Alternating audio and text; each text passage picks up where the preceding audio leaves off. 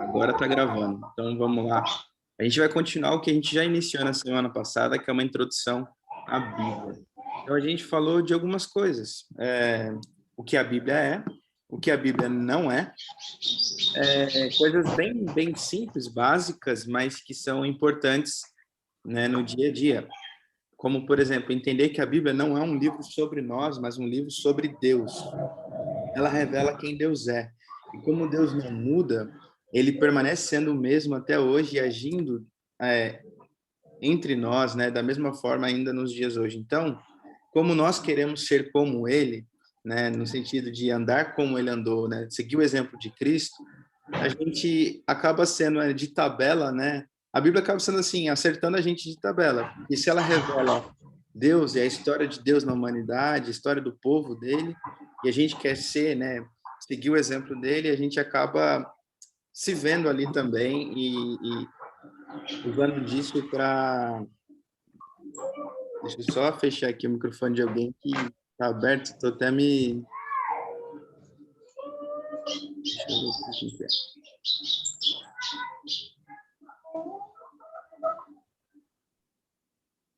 Aí agora foi. Enfim, então o que eu estava falando da... Eu fechei. Um monte de gente falando de um monte de lado, você fica... Vamos lá. A gente falou então sobre o que a Bíblia é, o que a Bíblia não é, e hoje a gente vai falar sobre a organização da Bíblia, né? Talvez vocês pensem assim, nossa, mas a gente já falou sobre isso em algum momento da vida, eu tenho 20 anos de cristão, vamos revisitar isso.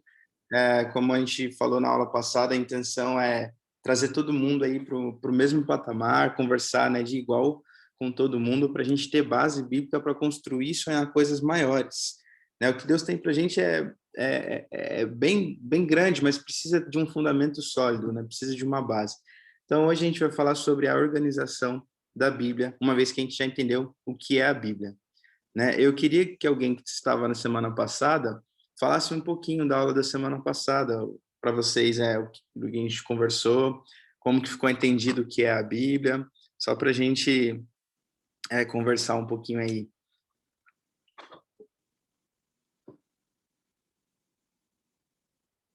E vou ter que chamar, hein? A Bíblia é um livro de esperança da vida. Legal.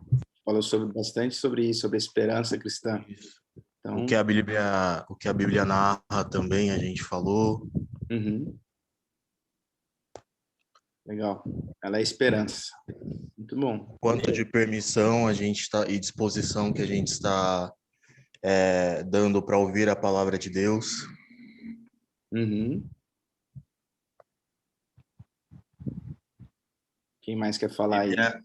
Que a Bíblia ela conta a história de Deus, consequentemente também do povo de Deus e algumas coisas, mas o foco é o próprio Deus e não a gente.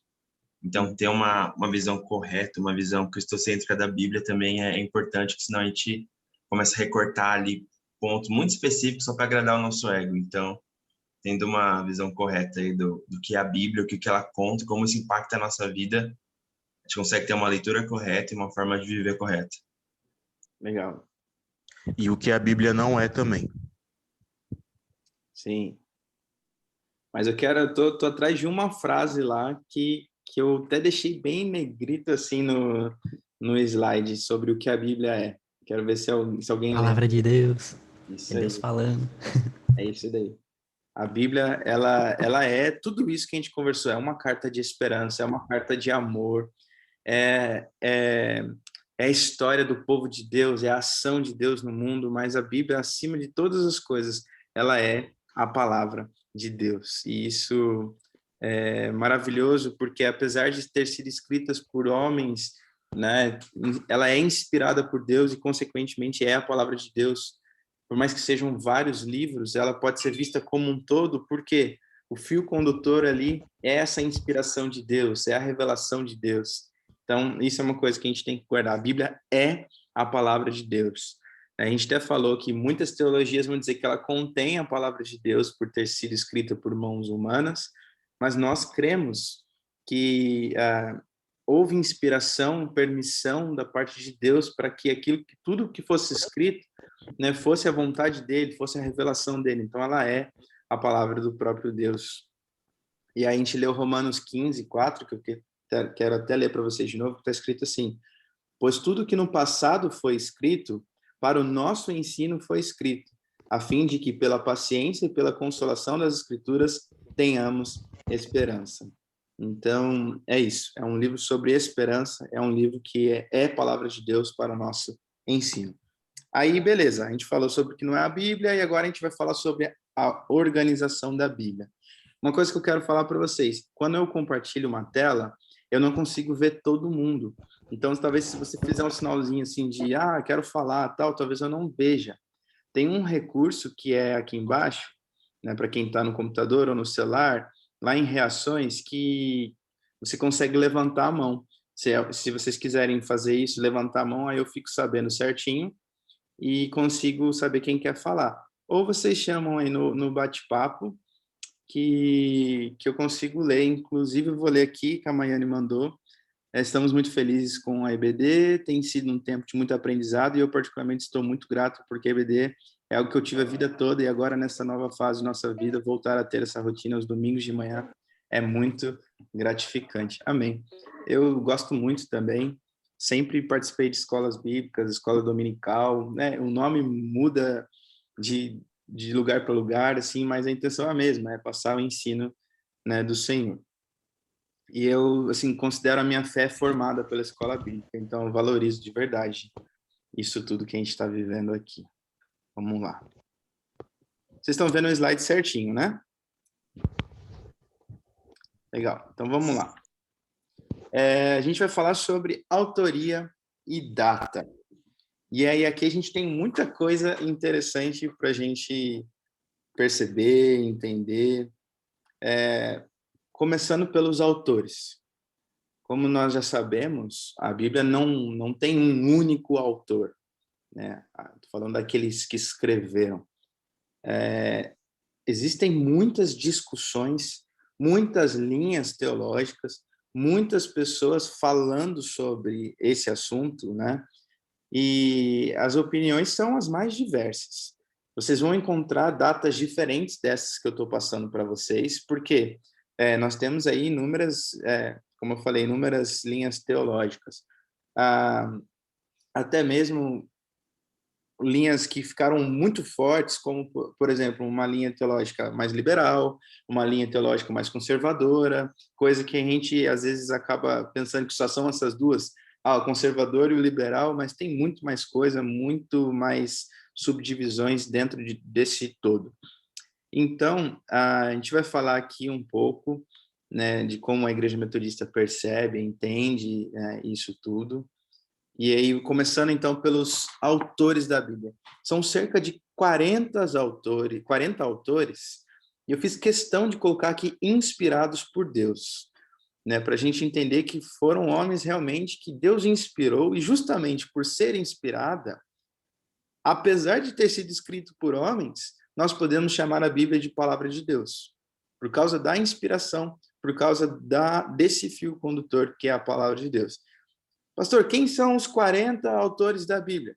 Aí a gente vai pegar um monte de gente, a gente vai pegar Salomão, a gente vai pegar Davi, os profetas, Mateus, Marcos, Lucas, João, a gente vai pegar Paulo, João, Pedro, enfim, são diversos os autores que participaram aí da composição do que nós temos hoje como Bíblia Sagrada. Mas o interessante é a gente ter a certeza e a convicção no coração de que a gente pode continuar chamando isso de palavra de Deus, apesar desses inúmeros autores, né, inúmeras pessoas que participaram, porque assim como a gente crê que Deus fala, né, e fala através de nós, fala através de nossas vidas, a gente tem que crer na soberania de Deus em ter tido controle desse processo de escrita. Pastor, mas os homens erram, as pessoas erram. Sim. Mas as pessoas também inspiradas por Deus fazem coisas certas, né? Nós também, ainda hoje, somos usados por Deus para fazermos a vontade de Deus e acertamos quando fazemos isso. né? Então, se a gente crê que a palavra de Deus ela é inspirada pelo próprio Deus, a gente entende a soberania dele, a ação dele nesse momento da escrita, fazendo com que a escrita ela seja correta, plenamente, né? Alguns conceitos, né, eles vão dizer que a Bíblia ela é inerrante e infalível, ou seja, ela não erra e ela não falha. Ela é o que ela é porque ela é inspirada por Deus e ela foi escrita debaixo do controle e soberania de Deus. Ah, mas tem. Aí a gente vai ver como. Eu gosto da expressão que o Jonatas usa. A gente vai ver uns teólogos do YouTube falando que lá no Novo Testamento tem um errinho, tem uma palavra que foi escrita errada, um nome que foi escrito errado. Isso até acontece, mas não é uma informação, é um detalhe que é um erro de escrita, um erro de, né, alguma coisa assim, que não interfere no todo, que não interfere na história em si, né? Então, eu acho que é um assunto bem profundo falar sobre inerrância e infalibilidade da Bíblia, e a gente pode talvez tratar isso em um outro momento, mas o que eu quero que vocês considerem é o que nós cristãos consideramos, que a Bíblia não falha, não erra, ela é a palavra de Deus e ela teve controle de Deus no seu processo de escrita. E aí, até se alguém quiser falar, mas como é que funciona isso melhor, a gente pode conversar isso num outro momento, mais específico sobre essa parte da inerrância e infalibilidade, porque é um tema gigantesco, que dá pauta para assim, para muita conversa, né? Mas hoje o foco eu quero passar assim pela autoria e data que tem umas coisas legais para mostrar para vocês. E gente, dúvida, qualquer coisa pode me cortar, pode abrir o microfone, mandar no chat aí que a gente vai conversando. Então o importante é isso. São vários escritores, vários livros, mas um Deus que participa desse processo com a sua soberania e seu controle. E aí o período. A Bíblia não foi escrita assim de uma vez só. A pessoa não sentou e escreveu isso aí tudo, né? Ou uma galera se uniu para escrever. Não, ela acontece dentro de um período bem grande, um espaço bem grande de tempo, né? A estimativa é de que a Bíblia tenha levado cerca de 1.600 anos para ser escrita. E aqui existem muitas divergências. Alguns vão dizer 1.300, outros vão dizer 1.500, outros vão dizer 1.600, mas a gente fica mais ou menos com essa data, e eu já vou até explicar o porquê dela. Ela começa, a data, na verdade, é porque ela começa ali nas origens de Israel, ali no Egito, com Moisés. No momento em que Moisés tira o povo do Egito, recebe a lei de Deus, acredita-se que o processo de escrita tenha começado ali. Não que a Bíblia tenha começado ali, porque o povo judeu, eles tinham uma coisa muito interessante, que se a gente fosse aplicar isso hoje, eu não tenho certeza se a gente daria conta, que era o processo da tradição oral. Toda criança, né, no judaísmo, ela sabe recitar o Pentateuco inteiro de cor. Ela sabe recitar lá Gênesis, Êxodo, Levítico, Números, Deuteronômio, de cor. Entendeu? Ela é levada a isso, né? Esse ensino prematuro ele já acontece justamente pela valorização da tradição oral, coisa que a gente não tem hoje. A gente tem o texto aí escrito e a gente consulta esse texto e graças a Deus por isso. Porque a gente imagina, decorar todos esses livros da Bíblia, todas as histórias, levaria um bom tempo, e a gente tem já o ditado que diz, quem conta um conto, aumenta um ponto. Então, a gente correria o risco aí de talvez exagerar nas histórias, né? Mas porque nós somos ocidentais, a gente vem de cultura grega, que gosta dos mitos, que gosta de fantasia. Se eu perguntar aqui quem gosta de série fantasiosa, eu acho que um monte de gente vai dizer que sim. Gosta de Vikings, gosta de Game of Thrones, gosta de... enfim, esse tipo de série, porque isso está dentro da nossa cultura. A gente gosta do mito, a gente gosta da fantasia, e diferente do judeu, que é o que é, se é o que é aquilo. O pensamento dele é bem diferente do nosso, né? Por isso, a tradição oral ela fazia sentido ali naquela época, né? O pessoal tinha um respeito por aquilo que era contado, né? Então, a Bíblia foi escrita aí entre 1500 antes de Cristo até 100 depois de Cristo, né? Desde o início ali no Egito, passando por Davi, passando pelo cativeiro lá na Babilônia com os escribas, o segundo templo, o período aí onde também não teve escrita, mas já tinha estabelecido o Antigo Testamento, chegando até os apóstolos, né? E encerrando ali o processo de escrita. Então, são várias pessoas, e dentro desses escritores estão aí médicos, pescadores, reis, profetas, príncipe, né, no Egito, enfim, diversas pessoas diferentes, né, com habilidades de escritas diferentes. Se você pega um texto do Novo Testamento e você lê, por exemplo, o Evangelho de Lucas no original grego, e você lê o Evangelho de Marcos no original grego, você vê uma diferença de escrita muito gigantesca. Lucas, um médico escrevendo, com todo o conhecimento dele, em uma escrita muito boa, e Marcos, uma pessoa simples escrevendo, né? Com Mateus também, com pescador, com um estilo de escrita não tão aprimorado quanto o Lucas, né?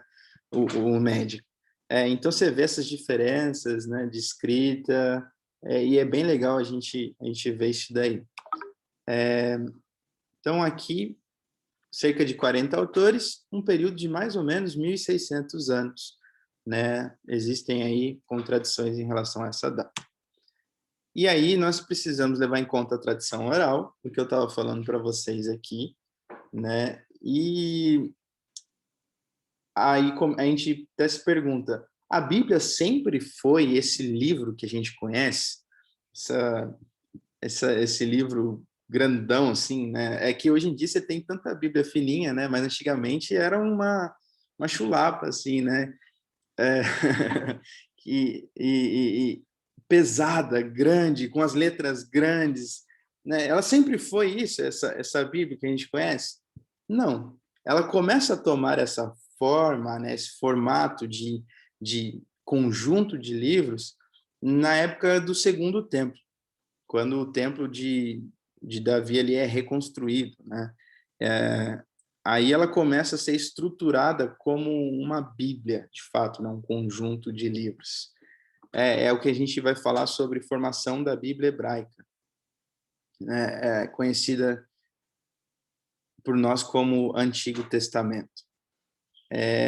Só para vocês terem noção, a gente está falando aqui sobre a organização da Bíblia, né? A Bíblia, ela é a junção do Antigo e Novo Testamento, e a Bíblia hebraica, o Antigo Testamento, ela é a mesma Bíblia que os judeus utilizam até os dias de hoje. Então, não é uma coisa estritamente cristã. Se você for lá em Israel e conversar com um judeu sobre o Antigo Testamento, ele provavelmente vai dar um baile na gente, né? Porque assim, a gente tem Antigo e Novo para estudar, e eles têm o Antigo Testamento para estudar e numa cultura extremamente severa de estudo, né? Então é o mesmo conteúdo, a mesma Bíblia. Por isso ela é chamada até de Bíblia hebraica. Hoje nós chamamos de Antigo Testamento, mas o termo correto seria Bíblia hebraica, ou no hebraico ela é conhecida como Tanakh, né? Vocês estão vendo aqui, não sei se vocês veem o meu mouse assim, eu apontando as coisas. Sim, Aqui, sim, o mouse dá para ver. tá, do hebraico aqui, Tanakh, e Tanakh não é uma palavra com um significado específico, ela é um anagrama. Não sei se todos aqui sabem o que é um anagrama. É quando você pega algumas palavras, né, e forma uma palavra com essas outras, com as iniciais dessas outras palavras. Eu vou explicar aqui para vocês certinho. Olha aqui, ó. Tanakh. T-N-I-U-K aqui. T de Torá, N de Nevim e K de Ketuvim. A Bíblia hebraica, a Tanakh, ela é dividida dessa forma. Ela é dividida em 3 conjuntos de livros. E essa divisão acontece dentro da nossa Bíblia também, de uma maneira um pouquinho diferente. Mas eu quis mostrar para vocês, né, o que é que os escritos originais nos dizem sobre sobre o texto bíblico, né? E, assim, é uma coisa... é verdade, vocês têm um anagrama aqui, o casa, né? Bem lembrado, o Adriel colocou aqui para a gente. Então, nesse anagrama Tanakh aqui, a gente vai passar pelos 3 conjuntos de livros aqui. Primeiramente, a Torá. Torá, né, do hebraico, significa lei. E dentro dentro da Torá estão os seguintes livros: Gênesis, Êxodo, Levítico, Números e Deuteronômio.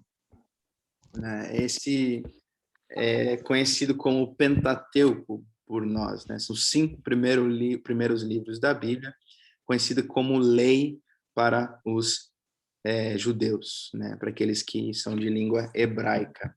Então, se vocês falar Torá, se você falar Pentateuco, a gente está falando da mesma coisa, né?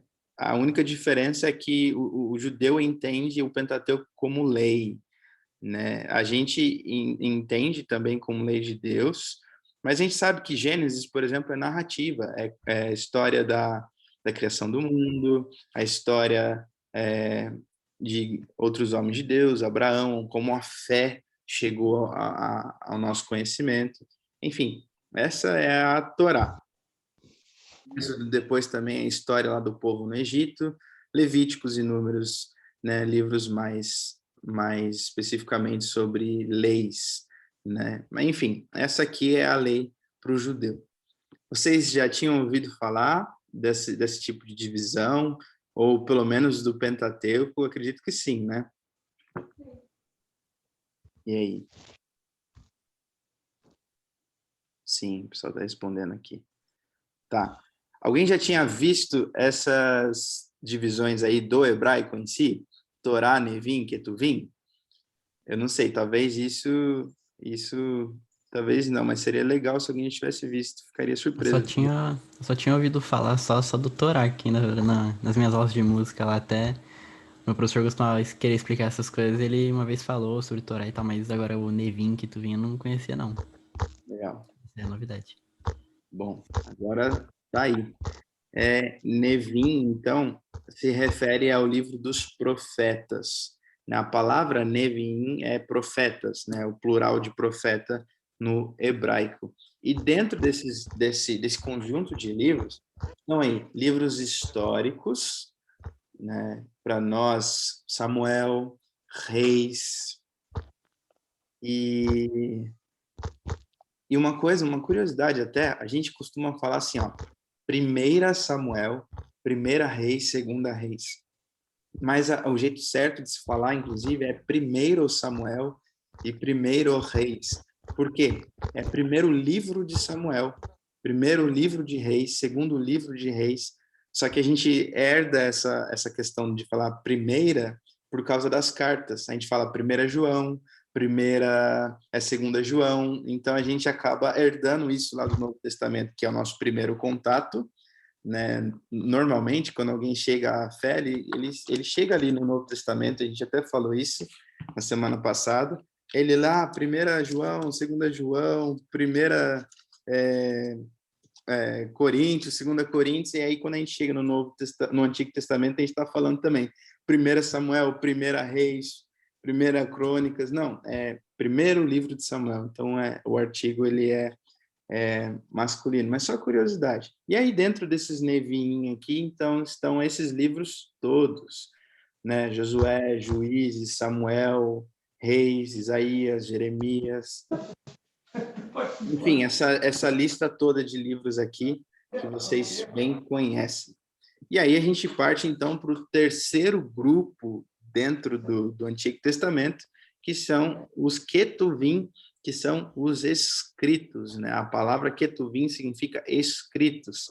E aqui se encontram os livros poéticos, os livros de sabedoria e mais narrativas, mais histórias. Então, a gente tem aqui dentro Ruth, que é um livro considerado poético, Crônicas, um livro de narrativa, um livro histórico, Esdras, Neemias, um livro histórico, Esther, que também é considerado um livro poético, Jó, poético, Salmos, poético, Provérbios já é sapiência, né, livro de sabedoria. E alguém levantou a mão. Jonatas, pode falar, Jonatas. É mais uma dúvida mesmo. Para os judeus, então, todos têm o mesmo peso, né? Todos têm uma mesma importância, ou eles têm uma relevância, tipo, não, o Pentateuco é o mais top e o resto nem tanto. Só uma dúvida assim, meio aleatória, mas que pensa nisso. Não, a pergunta é muito boa, porque isso foi motivo de grandes discussões no passado. A Torá, ela foi facilmente aceita, porque faz parte da tradição oral. Ela já vem de uma memória oral antes mesmo de ser escrita. Então, quando você fala de Torá, ok, 100% aceito. Veio os Nevins também, os profetas, aceitos. Já os Ketuvins tiveram muita discussão para serem, de fato, aceitos pelos judeus. Mas lá no século I, depois de Cristo, isso tudo entrou num bloco só e formou a Bíblia hebraica como nós conhecemos hoje e o Novo Testamento como nós conhecemos hoje. Hoje você tem aceitação e tem o mesmo peso. Uma discussão gigantesca que teve no passado. Cantares. Né? Quem já leu Cantares aqui? Né? Entra ou não entra no Antigo Testamento? O povo ficou em dúvida. O povo chegou a colocar, chegou a tirar, aí colocou de novo, aí tirou de novo, aí colocou e deixou. Então, a gente tem Cantares no Antigo Testamento aí. Mas tiveram-se dúvidas da inspiração de Cantares e assim por diante. Mas hoje isso é aceito, isso para eles é a palavra de Deus, assim como para nós. Então não tem mais tanto essas discussões do que não é desses livros aqui. Mas houve um tempo na história que houve muita discussão a respeito disso, né? Principalmente aqui desse terceiro grupo, o grupo dos Ketuvim, né? Dos escritos. Aqui, isso aqui foi bem complexo de ser aceito, né? Como texto canônico, que a gente chama. Eu já vou até explicar esse conceito para vocês. Uma outra dúvida também. Os judeus, assim, tipo, uma questão de conhecer as outras religiões e tentar entender também, que eu não conheço muito, mas a Bíblia que eles, tipo assim, seguem, porque a mesma base bíblica é igual, né? Tipo, de um pro outro. Eles também têm o Novo Testamento normal, ou é igualzinho o nosso, ou eles só ficam com a parte da Torá mesmo que eu tinha falado? Boa pergunta. Os judeus hoje, eles têm apenas o Antigo Testamento como escritura sagrada deles. Então, o Novo Testamento eles não leem, eles não têm isso como escritura sagrada. Sim, como escritos históricos, porque para o judeu, Jesus foi um profeta. Essa é a diferença. Para nós, Jesus é Salvador, é Messias, é o prometido de Deus. Para o judeu, Jesus era mais um judeu. Jesus era um profeta, né? E aí, assim, eles levam em conta os escritos do Novo Testamento como questão histórica, né? E muitos judeus fazem a leitura, né, do Novo Testamento pelo interesse, para achar heresias ali, assim por diante, né? A Fátima quer falar? Pode falar, Fátima. É que, só por curiosidade, né, eles esperam até hoje o Messias, né, pastor? Eles estão Sim. aguardando, né, o Salvador deles. Exatamente. É por isso mesmo que eles não consideram o Novo Testamento como escrito sagrado, porque para eles não é uma verdade de que Jesus é o Messias. Eles ainda esperam o Messias prometido de Deus, porque para eles o Messias vem em glória, vem restaurar a glória da nação de Israel, né? Então é inaceitável um Jesus que nasce numa manjedoura, que vem, né, nasce ali entre os animaizinhos, vem de uma herança humilde, porque para eles é um rei que vem, um rico, poderoso, né, para libertar a nação e restaurar a glória de Israel. E a gente sabe que isso vai acontecer, né? Jesus tem a segunda vinda e ele vem aí como o Senhor sobre todas as coisas, né? E aí a Natália até perguntou aqui, tem os judeus messiânicos também. Isso, muito bom, muito legal. Existe hoje uma vertente, né, um segmento dentro do judaísmo que são chamados e conhecidos judeus messiânicos, que são os judeus que permanecem judeus nas suas tradições e costumes, mas acreditam em Jesus como Messias. E aí, esses sim fazem a leitura do Novo Testamento como escritura sagrada, viu, João? Você perguntou. Então, qual a diferença do cristão e do judeu messiânico? Em relação à fé, basicamente nenhuma. Creem no mesmo Deus, Antigo e Novo Testamento. A questão são as tradições, o formato de culto, né? E isso muda. Eles permanecem judeus nas suas tradições, guardando o sábado, enfim, fazendo tudo que é tradição de costume judaico, diferente da gente que criou uma cultura cristã, né? Uma coisa diferente, e hoje vive o cristianismo. Mas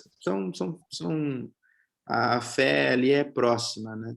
E é bem legal você ter falado dos judeus messiânicos, porque eu nem ia lembrar agora, nem ia comentar deles, mas é uma contribuição muito boa. Deixa eu ver aqui a pergunta da Beatriz. Mas os judeus dos últimos dias serão salvos porque serão Jesus na volta, né? Mas aí não entra a questão de buscar ser salvo pela lei ao invés da graça, no caso dos judeus messiânicos. Beatriz, se você quiser abrir o microfone para explicar melhor a questão, pode ficar à vontade. Senão, eu vou... Não,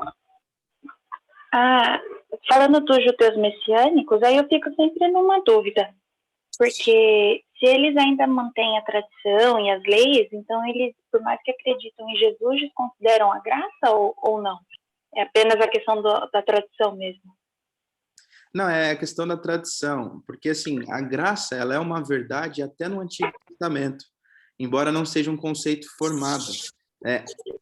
Davi reconhece a graça de Deus. Se a gente lê nos Salmos, Davi, ele se encanta com a graça de Deus. Então, a graça de Deus, ela já é uma realidade mesmo com a lei, né? A questão é o entendimento, a conceituação, mas o judeu messiânico, ele entende a diferença de graça e lei. Mas aí vale até a reflexão. A lei, para nós, ela continua no seu lugar de importância, né? A gente entende que a graça é o que nos salva, mas a lei é aquilo que aponta o que é pecado ou não, é que traz consciência de pecado ou não também, ainda nos dias de hoje. Paulo fala isso lá em Romanos, né? Mas aí, sobre essa questão que você perguntou, os judeus messiânicos compreendem graça, né? No formato que a gente entende, né? Já o judeu mesmo, ele tem uma compreensão um pouco mais limitada por não considerar o que Jesus escreveu, o que Jesus disse, né? Por não considerar o Novo Testamento. Pode falar, Jonas. Rapidinho, só complementando aí, eu acho que o judeu messiânico e o judeu comum, uma das diferenças bem claras que você colocou aí é que um acredita em Jesus como um salvador, o outro acredita em Jesus só como um cara legal. O judeu comum fala, não, Jesus até existiu, foi um profeta muito legal, mas ele não é o nosso salvador. O judeu messiânico, ele continua sendo judeu, mas ele olha e fala, não, realmente Jesus foi o salvador, a gente pisou na bola com ele, mas ele veio para nos salvar. E a questão aí também da pergunta da graça, achei bem legal a pergunta, porque a gente está falando sobre isso essa semana. Em Hebreus 11 vai falar exatamente sobre isso, que mesmo no Antigo Testamento, os personagens antigos, todos eles foram salvos pela graça. Até a questão ali de Caim e Abel, a gente fez uma brincadeira uma vez no grupo, do porquê que Deus aceitou o sacrifício de um e não do outro, e tem muito a ver com a parte da graça, da fé, de crer, do que necessariamente do próprio sacrifício em si. É importante a lei, ela não perde a sua importância, mas a graça, ela sempre existiu, vai continuar existindo, e a salvação sempre é por meio de Cristo. Exatamente, exatamente. A graça, ela é um conceito que a gente compreende melhor hoje, mas ela sempre esteve presente, né? Isso é uma coisa que a gente tem que ter entendimento, porque sem graça não tem salvação. E aí, senão, aquele povo do Antigo Testamento estaria tudo perdido, né? E Hebreus fala da salvação deles, da fé deles. O Jonatas trouxe muito, muito bem isso. Então, vale a pena a gente entender que a conceituação, o entendimento de graça se dá a partir do Novo Testamento, mas a existência da graça se dá desde sempre. A mesma coisa de Trindade. Trindade você não vê no Antigo Testamento o conceito, a palavra, você não vê no Novo Testamento o conceito e a palavra, ele surge ali no terceiro século, quarto século depois de Cristo, mas a prática ela já era real. A gente tem trindade em Gênesis, façamos a nossa imagem e semelhança. Né? A gente tem trindade no Novo Testamento, Jesus falando do Espírito Santo, falando do Pai, falando dele mesmo.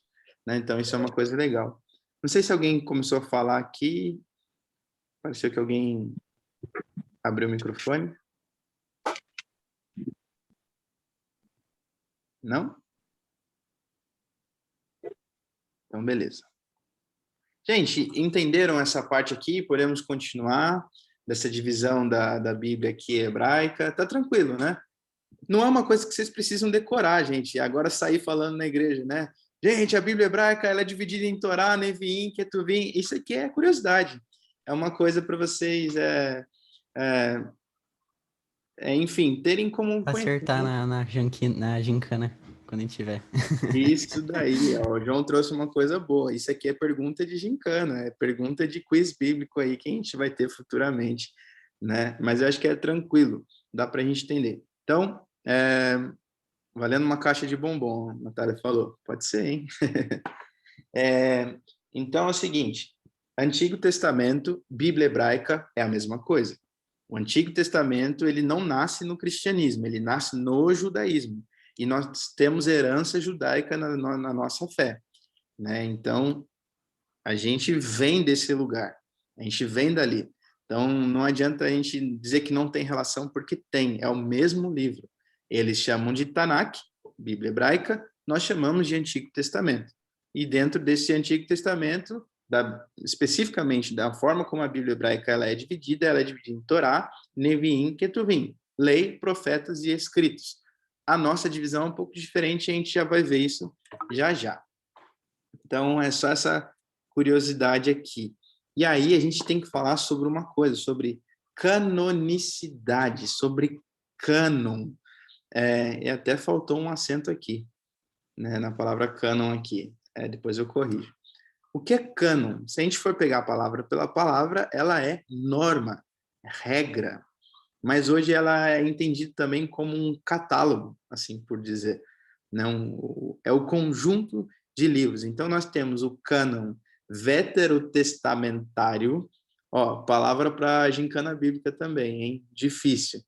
Que é nada mais, nada menos do que o cânon do Antigo Testamento, né? E a gente tem o cânon neotestamentário, que é o cânon do Novo Testamento. Que é o momento em que se estabelece os testamentos com os conjuntos de livros como eles são hoje, né? Então, a Bíblia que nós temos hoje, né? O Antigo Testamento esse cânon é o cânon aceito pela Igreja, que constitui nesses livros: Gênesis, Êxodo, Levítico, Números, Deuteronômio, Josué, Juízes, Ruth, Samuel, Reis, Crônicas, enfim, como vocês conhecem. Né? O cânon do Novo Testamento é o cânon que a gente tem hoje aceito pela Igreja. Mateus, Marcos, Lucas, João, Atos, Romanos, Coríntios, Gálatas, Efésios e assim por diante. Então, o cânon se refere a essa normativa, a esse catálogo dos livros, né? Assim por dizer, catálogo talvez não seja a melhor palavra, mas a gente vai falar da formação desses cânons, né? Tanto do Antigo quanto do Novo Testamento. É história, mas é legal a gente saber, porque assim, vocês não acham também? Eu tenho um livro que eu identifico como Sagrada Escritura, a Bíblia, né? A gente Bíblia Sagrada, como minha regra meu manual de vida, e eu não entender de onde que ela veio, não entender quem participou desse processo, de onde que isso aqui veio, e funciona para muita gente, mas eu acho legal quando a gente começa a ir um pouquinho mais a fundo e entender de onde que isso nasceu, né? E até mesmo para a gente explicar para as pessoas. Muita gente vem dizer: nossa, mas vocês acreditam numa Bíblia escrita por mãos de homens, por isso que eu sou ateu, porque não faz sentido, tal, não sei o quê. Como é que surgiu a Bíblia? Aí a gente fica assim, então, né? Alguns homens de Deus foram inspirados e escreveram, e é isso, a Bíblia está aí. Não, teve um processo, né, para estabelecer os livros que nós temos hoje, um processo para decidir o que é histórico e o que é inspirado por Deus. Pode falar, Jonas. Vi que você ergueu a mão aí. Isso é o tipo de pergunta, acho que eu mais ouvi desde a época da escola, faculdade, justamente sobre isso, que às vezes não é nem por mal, às vezes, óbvio, tem pessoas que são aí meio dodóis e tal, e não gosta, e odeia crente, beleza, mas tem gente que não entende, fica assim, tá, mas por que você acredita na Bíblia? E por que a Bíblia é válida e o outro livro não? Tá, mas quem foi que escreveu? E a gente, como cristão, entender assim, não é questão só de decorar nome nem nada, mas pelo menos entender isso, acho que já é um passo, porque as pessoas vão perguntar no decorrer da nossa vida, vão perguntar muito sobre isso, né? Acho que quem tem filho, talvez ouça essas perguntas, porque é normal, mas quem está num ambiente também acadêmico e tal, tem essa parada bem cética, assim, e às vezes nem por mal, porque realmente a pessoa passou a vida inteira, teve contato com vários cristãos que não sabiam disso. Uhum. Então, a gente entender o porquê que a gente considera, porquê que ela é sagrada, porquê que ela é inspirada, é importante até para a gente mesmo, porque quando vem alguma crise, a gente lembra das nossas bases. Sim, com certeza. Isso é muito importante, você ter aonde se apegar, ter onde dizer, ali estão as minhas raízes, é disso que vem, a minha fé, ela se consolida nisso, né? Lógico, na inspiração divina, mas também nesses processos todos, né? Como entendendo a soberania e o controle de Deus, a participação de Deus em todos esses processos de estabelecimento da Bíblia que a gente tem hoje, né? Que era por meio de um monte de pergaminho que um dia, graças à imprensa, se tornou o livro que é hoje, né? Graças até inclusive ao cristianismo, né? Que fez da imprensa uma ferramenta gigantesca, como ela é até nos dias de hoje. Mas vamos lá, falando sobre o cânon do Antigo Testamento ou o cânon veterotestamentário, né? É uma palavra boa para vocês decorarem aí. A gente vai falar especificamente aqui daqueles três, porque os conjuntos foram escritos em tempos diferentes, né? A Torá, o primeiro dos conjuntos, ela foi declarada encerrada ali um pouquinho antes do fim da época dos persas. Qual que é a época dos persas? A época do cativeiro babilônico, no momento em que a Babilônia vem e toma Israel, leva Israel cativa.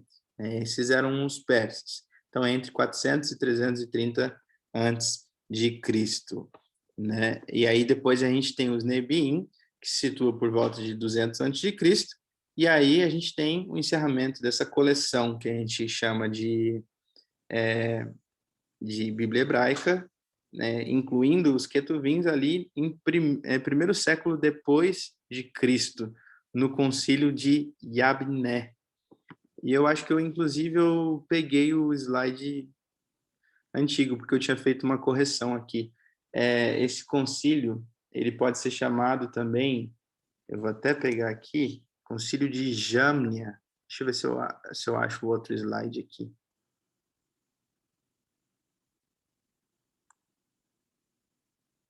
Enfim, vamos usar isso aqui mesmo, não tem problema. Yabné é a cidade hoje que a gente conhece, que a gente conhece não, é a cidade que é a mesma cidade que Jamnia, mas com um nome atual, né, Yabné.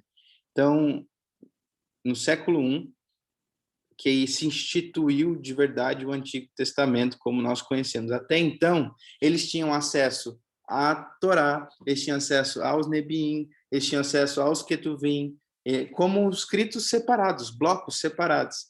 E aí, no primeiro século depois de Cristo, isso vira um Antigo Testamento. Sabe aquelas Bíblias que a gente vai, às vezes, você vai num hotel e se abre lá, tem o Novo Testamento dentro de uma gavetinha, assim? Ou não sei se isso ainda tem nos dias de hoje, né? A Bíblia dos Gideões lá. É tipo isso, né? Só que a galera fazendo isso com o Antigo Testamento. Então, século I, vocês veem que o Antigo Testamento ele é oficializado depois de Cristo. Mas aí você vê o pessoal, os apóstolos, falando tanto do Antigo Testamento. Paulo, quando se relaciona com Timóteo, ele fala bastante do Antigo Testamento. Fala, Timóteo, você tem que dar graças a Deus pela fé que você foi ensinado pela sua mãe e pela sua avó, porque eles te deram toda a base do Antigo Testamento. É isso que ele está querendo dizer. Quando o texto se refere a escritos, ele está se referindo a esse Antigo Testamento que estava sendo estabelecido e foi estabelecido num concílio específico. E aí, só para vocês terem noção de como é a Bíblia hebraica. É bonito, né?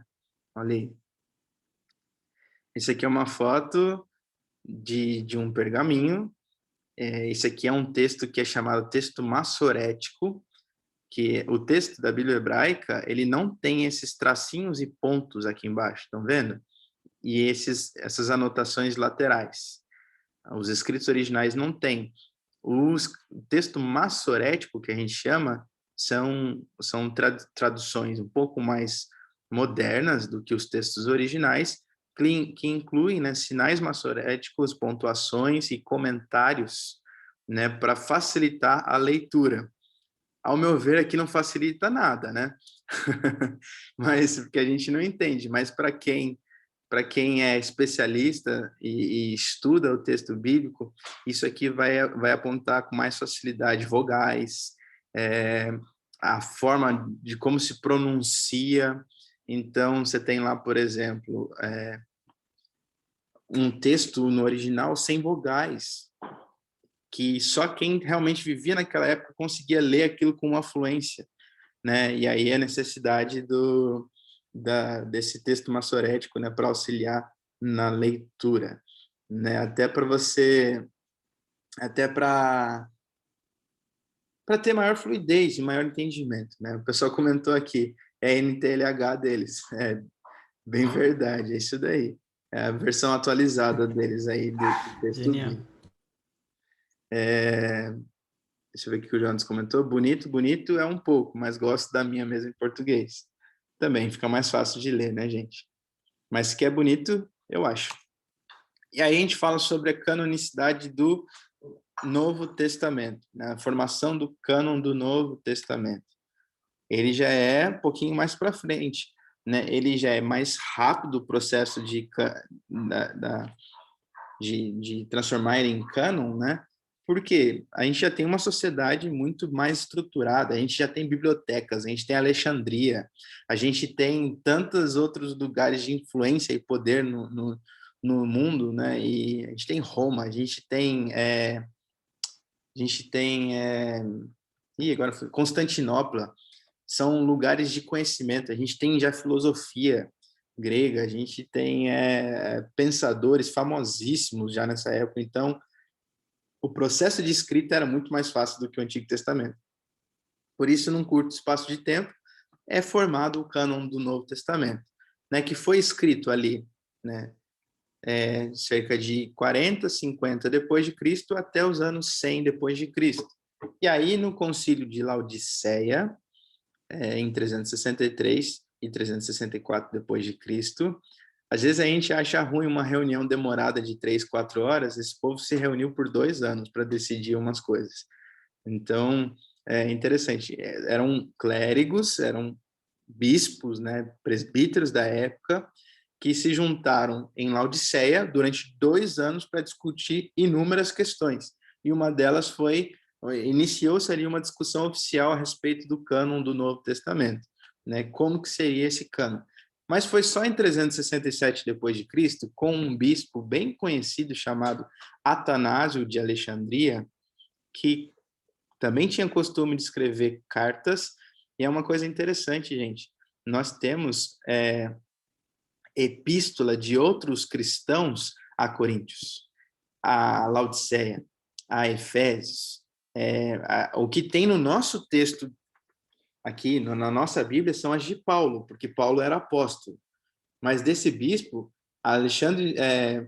Atanásio de Alexandria escreveu a Coríntios. Tem lá, não sei qual carta de Atanásio a Coríntios. Isso existe. Só não entra no texto bíblico porque não é inspiração divina. É como se eu mandasse hoje uma carta para Fátima. Como se eu mandasse uma carta para a igreja. Primeira carta de Caleb à Igreja Metodista em Bugaçu. Seria mais ou menos isso. Então, não entra como cânon, mas entra como registro histórico. E nessa 39ª epístola, né, carta de Atanásio, ele incluiu uma listinha lá ele incluiu uma lista de livros do Antigo e do Novo Testamento que deveriam ser recebidos como autoritativos, né? Essa é a palavra, pode soar até um pouco estranho, mas livros com uma autoridade divina pela igreja, né? Então, a partir desse momento que ele faz essa primeira listagem, ela começa a ser considerada como a lista oficial, e aí, em 382, no Concílio de Roma, isso é oficializado. Depois, no Concílio de Hippo Regius, também em 393, e no Concílio de Cartago, também em 397 depois de Cristo. Então, passou por vários lugares para decidirem e fecharem o texto bíblico. E aí eu até separei aqui um textinho no grego para vocês verem também. A qualidade não está lá das melhores, mas é um pouco mais bonito do que o hebraico e um pouco mais fácil de entender também, porque tem algumas letras que a gente conhece, né, do alfabeto grego, alfa, por exemplo, coisas que a gente, nomes que a faculdade metodista, não sei se vocês já foram lá, e quem já foi vai se lembrar, os prédios eles são divididos pelo alfabeto grego. Então você tem lá o prédio alfa, o prédio beta, o prédio gama, o prédio epsilon, o delta, enfim, você tem lá os prédios divididos, né, pelo alfabeto grego. Então a gente tem um pouco mais de contato com isso do que o hebraico, né? O hebraico, eu não sei aqui se alguém sabe alguma letra do hebraico, mas uma dica, eu não sei se são em todas as Bíblias, talvez nas versões mais recentes, eles tenham tirado isso. Mas se vocês abrirem a Bíblia de vocês lá no Salmo, deixa eu abrir aqui.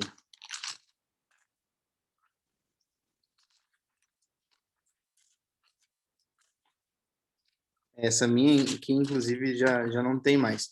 Mas se vocês abrirem a Bíblia de vocês lá no Salmo 119, algumas Bíblias elas vão estar repartindo os salmos pelo alfabeto hebraico. Aí você tem lá o Aleph, o Beit, e aí minha limitação também do alfabeto hebraico de cor, ela para por aqui. Vamos lá, vamos seguindo aqui. Eu tinha alguma curiosidade para trazer para vocês.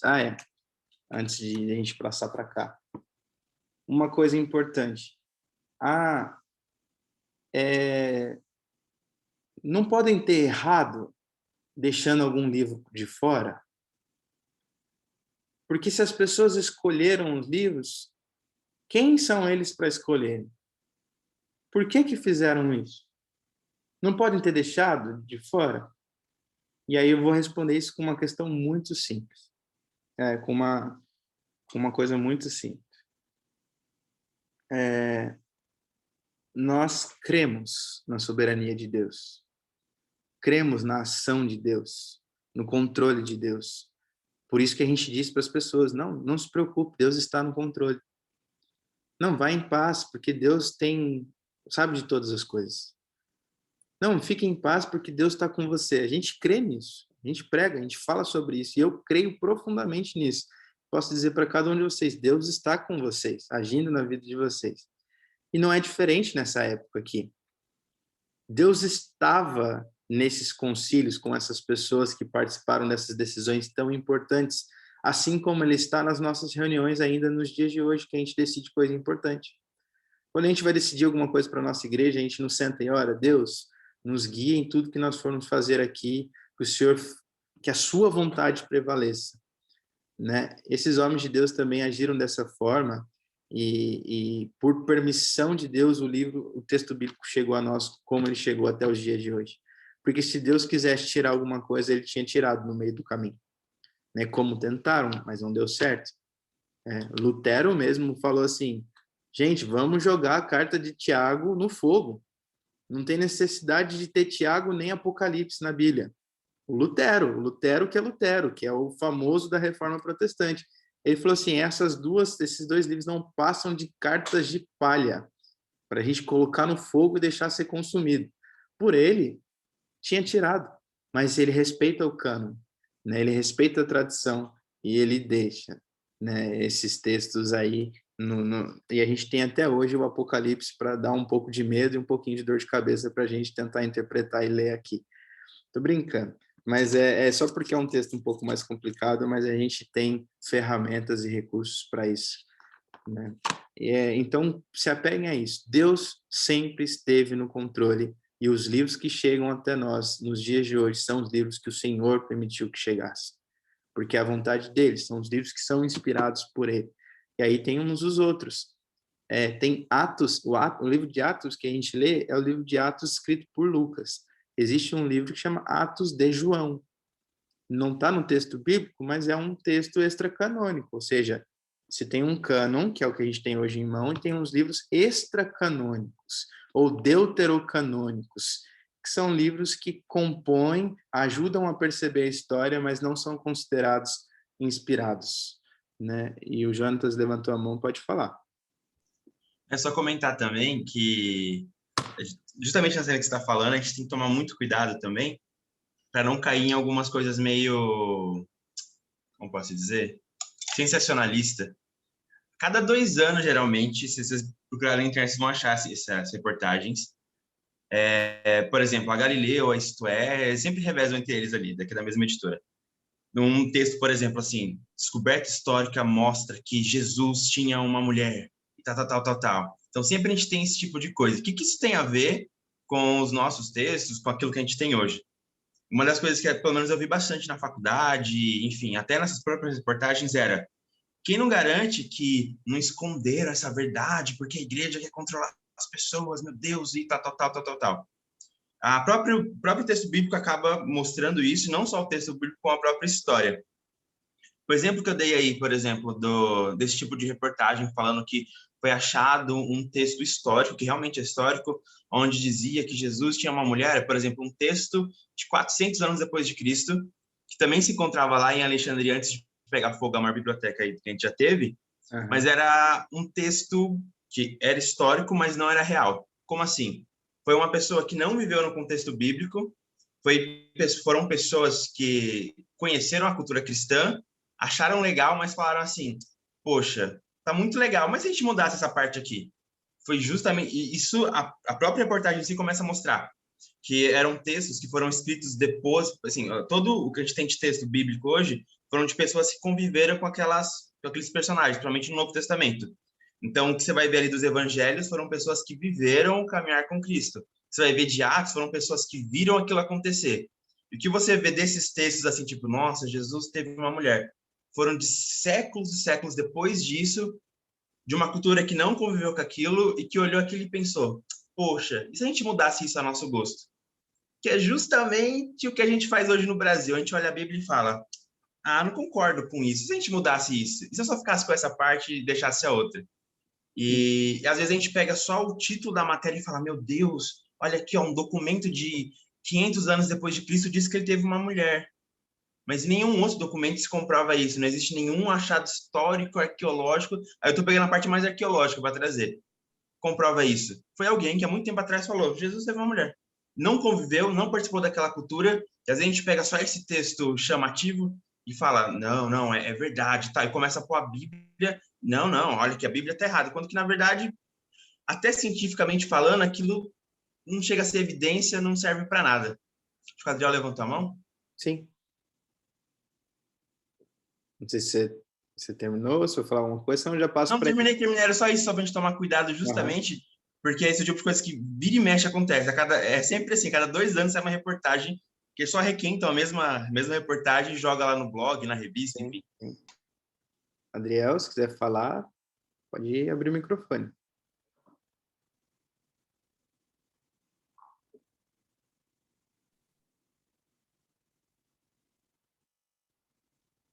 E acho que não está saindo som. Não sei se vocês estão escutando, mas aqui eu vi que está com o microfone aberto, mas não está saindo. Agora sim. Ok. É muito próximo do que o Jonas estava falando.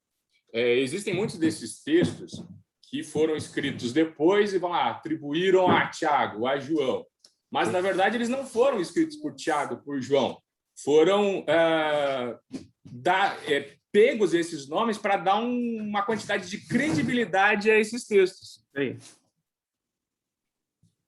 Isso é muito bem pontuado, Adriel, isso é uma realidade. Inclusive, até uma questão interessante. Naquela época, lá nos primeiros séculos, era até mesmo um pouco comum você ter, por exemplo, um mestre e o discípulo escrever em nome do mestre. Então, por exemplo, você tem ali Paulo e alguns discípulos, e esses discípulos escrevem, mas atribuem o escrito a Paulo. Isso acontecia. E aí, muitas pessoas utilizaram isso de má fé para justamente fazer o que o Adriel falou.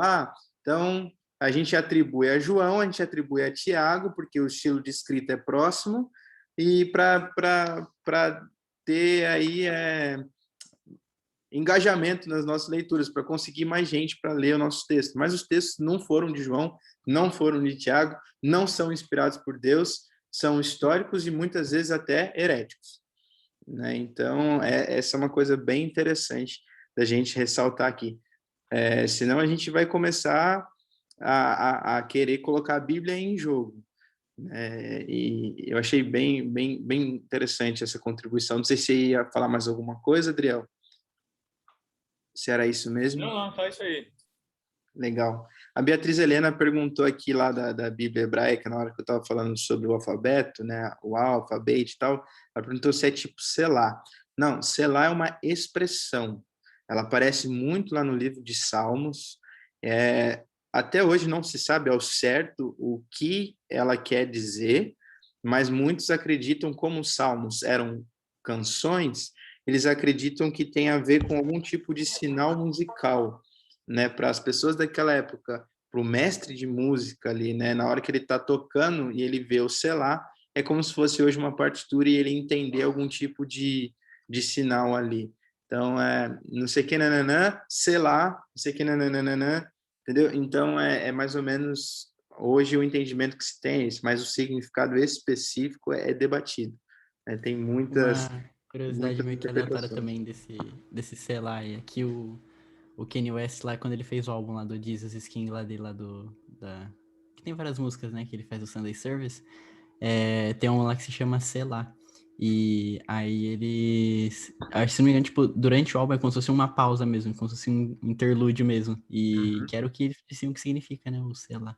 Sim. Eu já vi algum significado de sendo para levantar a intensidade da música também. A hora do músico levantar a intensidade da música. Isso que é um sinal musical, ele é. E aí as pessoas debatem ainda especificamente o que isso pode ser. Aí a gente tem várias linhas aí. Essas duas eu tinha visto realmente como aqui é um momento de maior expressão, então aumentem a intensidade. Ou também outros dizendo, não, aqui é um momento de interlúdio, né? Uma pausa. E tem outras também que dizem que a expressão selar, ela pode ser algo próximo de um amém ou um aleluia, que a gente tem hoje, né?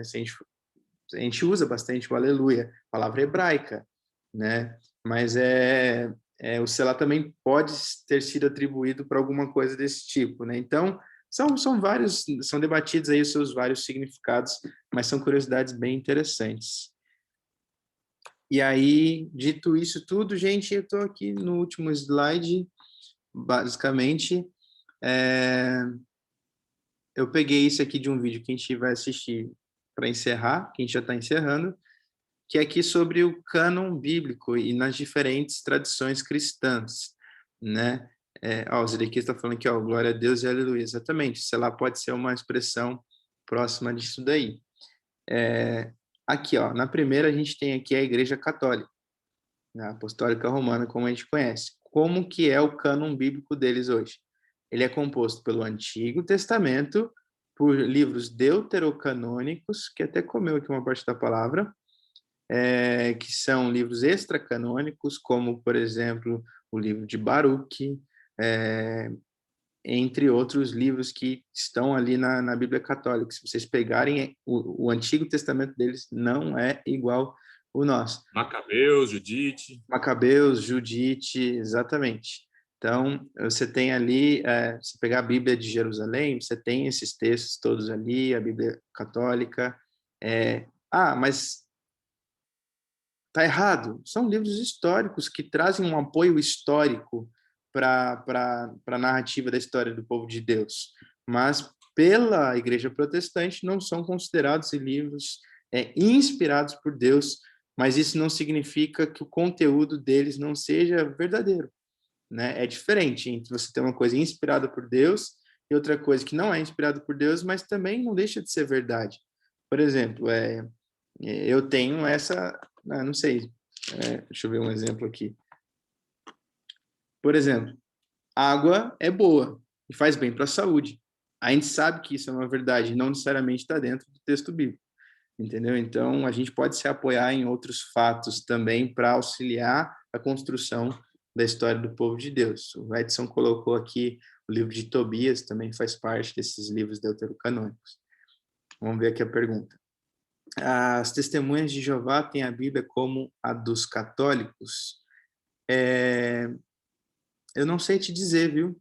Precisava pesquisar isso, exatamente. Eu nunca parei para pesquisar como que é a Bíblia das testemunhas de Jeová, mas até onde eu sei, eu acho que é a mesma que a nossa. Preciso confirmar. Eu acho que é a mesma que a nossa.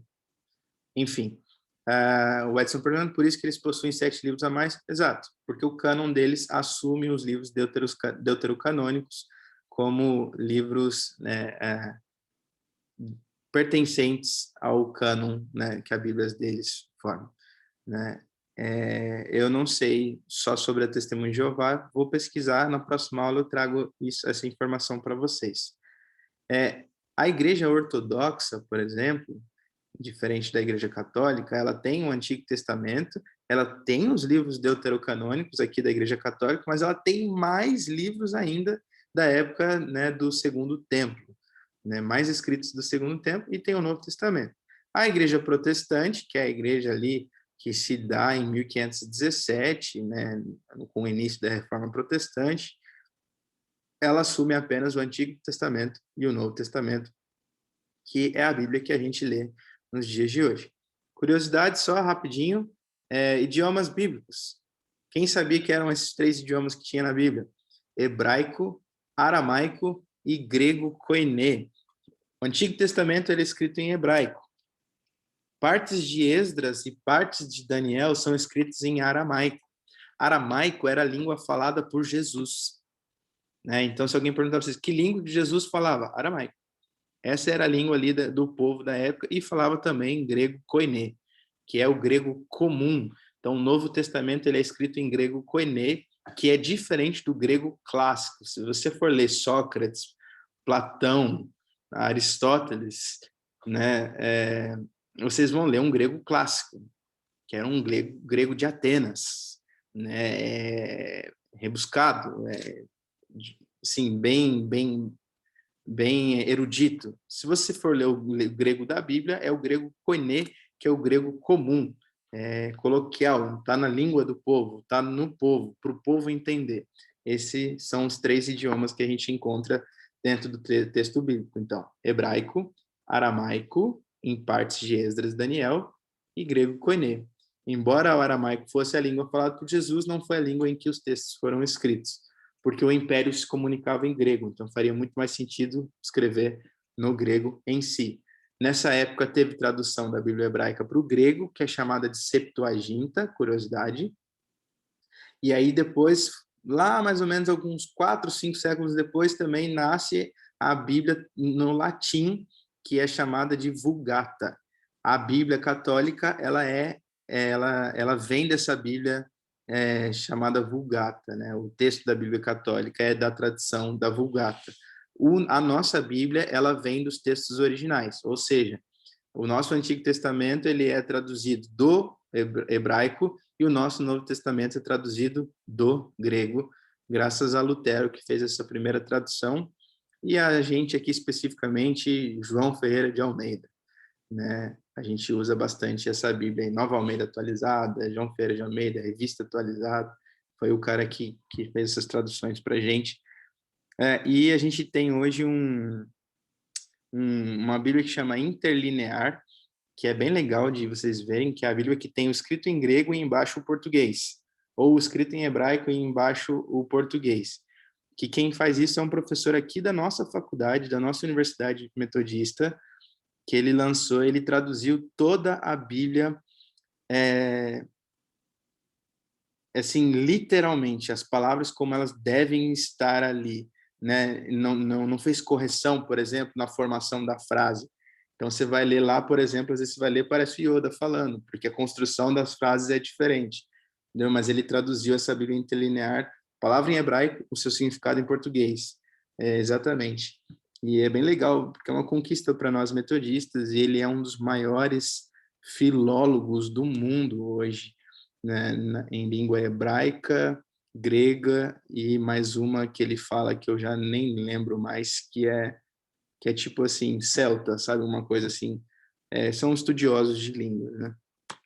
E aqui uma última slide só para a gente entender como que funciona a divisão da nossa Bíblia hoje em dia. Eu me lembro até hoje de uma divisão que acho que foi a minha mãe, inclusive, numa escola dominical, ou a gente tinha um coral de crianças na igreja nossa em Guaratinguetá, quando a gente era mais novo, e ali a gente foi cantar aquela música do Diante do Trono que fala dos livros da Bíblia, né? Gênesis, Êxodo, Levítico, Números. Uma boa música para a gente decorar os livros da Bíblia. Quem não conhece, vai lá atrás do DT Kids.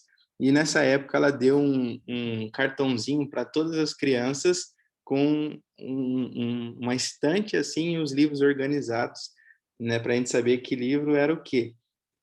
E aqui a gente tem, eu estava procurando esse cartãozinho, não achei, e aí eu vi esse negócio genial, uma tabela periódica versão gospel, como disse a Nicole aqui. Exatamente, a gente tem aqui essa tabela aqui que vai fazer a exata divisão para nós hoje aqui, para nós cristãos. Então, ali os primeiros 5 livros, Gênesis, Levítico, Números, Deuteronômio, são os livros que são chamados lei, né? Pentateuco. É legal que ele fala exatamente quantos capítulos tem e quantos versículos. Então, Deuteronômio tem 34 capítulos, 959 versículos. É o 5º livro da Bíblia. Bem legal. Aí nós temos os livros históricos, Josué, Juízes, Ruth, Samuel, Reis, Crônicas, Esdras, Neemias e Esther. Lembrando que na Bíblia hebraica, Samuel, 1º e 2º Samuel é um livro só, 1º e 2º Reis é um livro só, 1º e 2º Crônicas é um livro só, Esdras e Neemias também é um livro só. Aí a gente tem Poesias e Sabedoria, que é Jó, Salmos, Provérbios, Eclesiastes e Cantares. Aí a gente já vem aqui, profetas maiores, Isaías, Jeremias, Lamentações, que é de Jeremias, Ezequiel, Daniel, profetas menores. E aí a gente tem aqui Oséias, Joel, Amós, Obadias, Jonas, Miqueias, enfim. Aqui até o final da Bíblia, o restante lá dos profetas menores. A gente vem para o Novo Testamento, os 4 evangelhos, Mateus, Marcos, Lucas e João, um livro histórico, que é o livro de Atos, que foi escrito por Lucas. A gente tem as cartas de Paulo, todas aqui que nós conhecemos, Romanos, Coríntios, Gálatas, Efésios, Filipenses, Colossenses, Tessalonicenses, Timóteo, Tito e Filemão. Nós temos outras cartas que não são cartas de Paulo, e pasmem, em Hebreus não é de Paulo, não se sabe quem que escreveu Hebreus, embora muitas pessoas atribuam Hebreus a Paulo. E aí a gente tem aqui Tiago, Pedro, João, e aí depois a gente tem aqui também a carta de Judas também, e o livro de Apocalipse como um livro de profecia. Bem legal. Eu vou mandar para vocês depois essa tabelinha. Quem quiser tirar print pode tirar, mas eu mando para vocês depois. A qualidade não é das melhores, mas foi o que eu consegui achar de interessante na internet. Enfim, gente, é isso. Eu vou passar um vídeo para vocês aqui para a gente encerrar, mas antes de passar ele, eu quero saber se alguém tem alguma dúvida, algum comentário, contribuição, colaboração. Fiquem à vontade para vocês comentarem agora.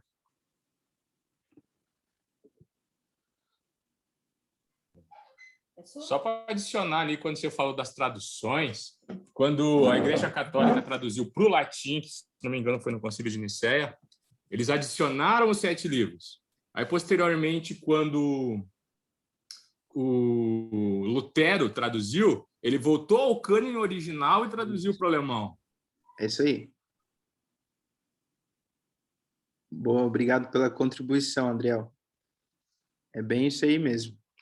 E aí os ortodoxos pegaram essa tradução aí e colocaram mais coisas ainda.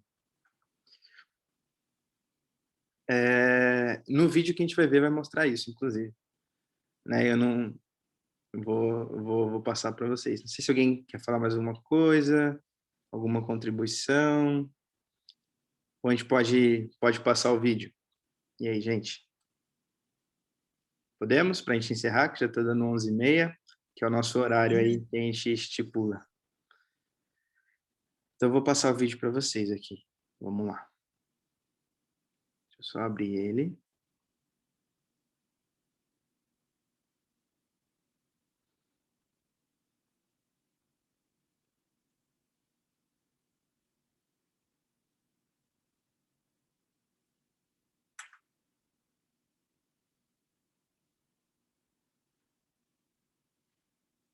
Vocês estão vendo a minha tela?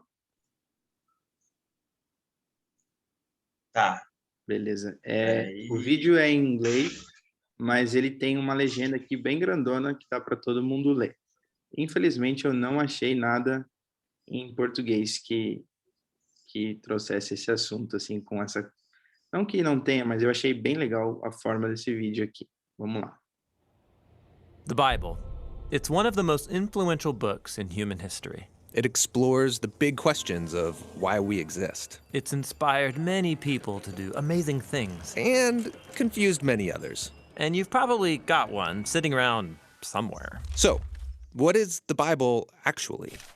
Well, the Bible is a small library of books that all emerged out of the history of the people of ancient Israel. And in one sense, they were just like any other ancient civilization. But among them were a long line of individuals called prophets. And they viewed Israel's story as anything but ordinary. They saw it as a central part of what God was doing for all humanity. And these prophets were literary geniuses. Really? Yeah, they expertly crafted the Hebrew language to write epic narratives, very sophisticated poetry. They were masters of metaphor and storytelling, and they leveraged all of this to explore life's most complicated questions about death and life and the human struggle. So, there's a lot of different authors writing this book. Yeah, and these texts were produced over a 1,000-year period, starting with Israel's origins in Egypt, then leading up to their kingdom with their first temple, but eventually they were conquered by the Babylonians, who took them away into exile. Then, at a crucial moment in their history, many Israelites returned to their land. They built a second temple, they reformed their identity, and this is when the Jewish scriptures began to be formed into the shape that we have them today. Okay, the Jewish Bible. What's in it? Well, in Hebrew, it's called by an acronym, Tanakh. The T stands for Torah, sometimes called the Law. That's Israel's 5-book foundation story. The N stands for Nevi'im, the Hebrew word for prophets. And this section consists of the historical books that tell Israel's story from the prophet's point of view. Then you get the poetic books of the prophets themselves. The K stands for Ketuvim, the Hebrew word for writings. This is a diverse collection of poetic books, wisdom books, and more narrative. And the Jewish people believed that through all of these literary works, God speaks to his people. Now, there were other Jewish writings being produced during this Second Temple period as well. Yeah, a really diverse group of texts. And these too were highly valued in Jewish communities. And there was debate from ancient times about whether or not some of these should be considered part of their scriptures. So, this is a lot of different writings over a long period of time. Why did they put them all together like this? Well, altogether, these texts tell an epic story about how God is working through these people to bring order and beauty out of the chaos of our world. And it all builds up to a hope for a new leader who would come and renew all creation. And then the Tanakh concludes, and this leader never comes. So it's an expertly crafted work, but it's missing an ending? That's exactly right. Now, a few centuries later, a Jewish prophet comes onto the scene named Jesus of Nazareth. He claimed he was carrying the Tanakh story forward. Yeah, so Jesus did a bunch of cool stuff, was killed, but his followers claimed he was alive from the dead. Yeah, they said that Jesus was that long-awaited leader who would restore the world. And so his earliest followers, called apostles, they composed new literary works about the story of Jesus. They called these Good News, or the Gospel.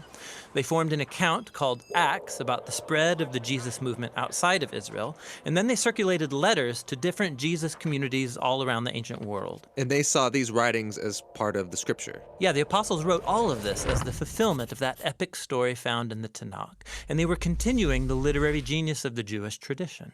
They also believed that God was speaking to his people through these texts alongside the scriptures of Israel. So that's the Old and New Testament. But what did the early Christians think of the other Second Temple literature? Well, different groups had different views about some of these books, but we know they read them and valued these texts because they passed them along with the Jewish scriptures. Okay, so we've got the Tanakh, the Jewish scriptures. We got these other Second Temple period works. Then the writing of the apostles about Jesus. And that's a lot of literature, so what's in my Bible? So the Christian movement has taken different forms over 2,000 years, and from the beginning, all Christians recognized the Tanakh and the New Testament as scripture. And for centuries, much of the Second Temple literature was read as part of the biblical tradition. The Catholic Church eventually made it official and called some of the books from this collection the Deuterocanonical books. Some Orthodox churches used even more books from this Second Temple literature. And then in the 1500s, during the Reformation, Protestant Christians wanted to go back to the oldest writings of the prophets and apostles, so they accepted only the Old and New Testaments. Okay, I think I got it. But how does a collection of books produced over 1,000 years by all these different authors tell one unified story? Yeah, that's the question we'll address in our next video.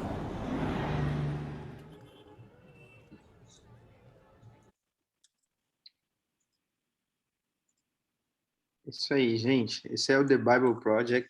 Se vocês quiserem ver mais vídeos, só pesquisar aí no YouTube. Tem uma página deles em português. Infelizmente, eles ainda não têm esse tipo de vídeo em português, mas tem vídeos sobre os livros específicos da Bíblia, né? Romanos, Mateus, Marcos, Lucas.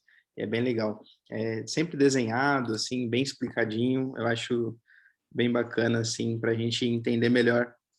Eu falei, só com os slides. Aí a gente vê o negócio desenhado, quem é visual pega melhor algum tipo de conteúdo, né? É isso aí, gente. Eu queria tirar uma foto com vocês antes da gente orar, antes da gente finalizar aqui. E abrir mais uma vez para quem quiser falar alguma coisa, sinta-se à vontade. Que hoje vocês me deixaram falando bastante, hein? Na semana passada o pessoal foi mais corajoso para falar, hein? Bom, vamos lá. Quem puder abrir a câmera para a gente tirar uma foto.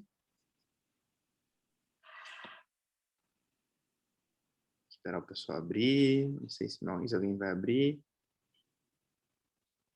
A Júlia está vindo aqui também. Você vem aqui, Júlia? Tá.